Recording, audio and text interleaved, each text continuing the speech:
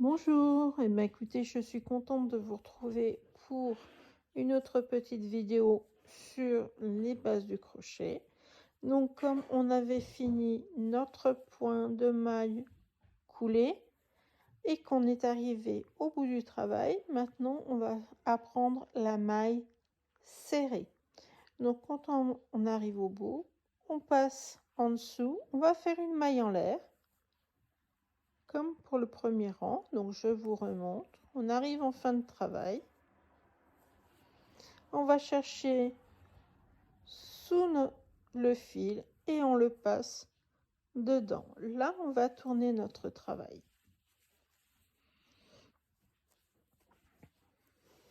Et on va faire notre première maille serrée.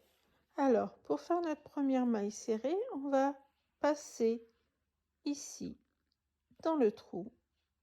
Je vais vous montrer plus près.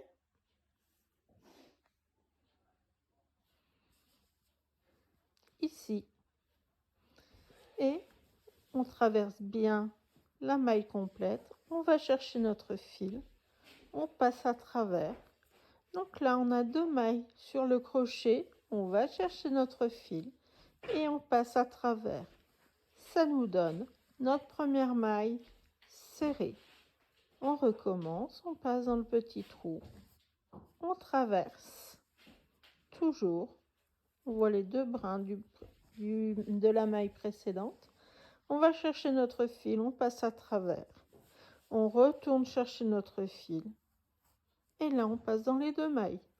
C'est notre deuxième maille serrée. On va faire la troisième.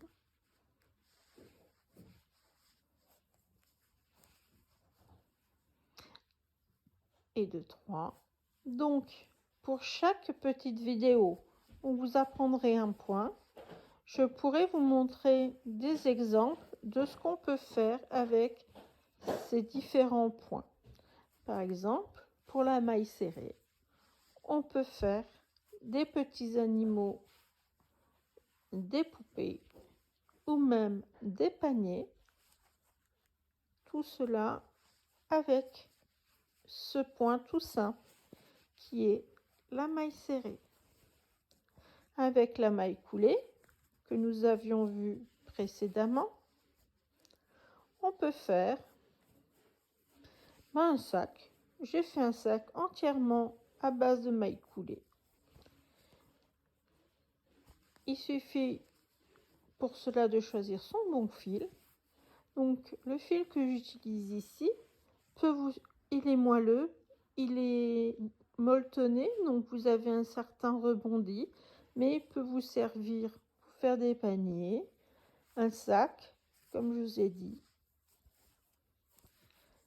Et voilà. Donc on arrive sur notre dernière maille. Donc les dernières et premières mailles en général sont un peu plus compliquées à traverser.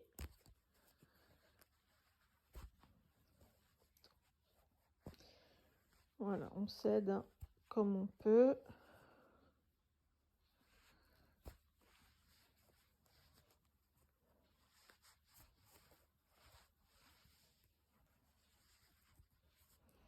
On a du mal, ou quand on serre un peu trop son travail, ce qui a tendance à m'arriver. Donc c'est pour ça que je prends des crochets légèrement supérieurs. Voilà, et ben on a fini notre rangée de mailles serrées. Donc je vous montre ce que ça rend ici et de l'autre côté ici. Voilà, et ben on se retrouve pour un nouveau point.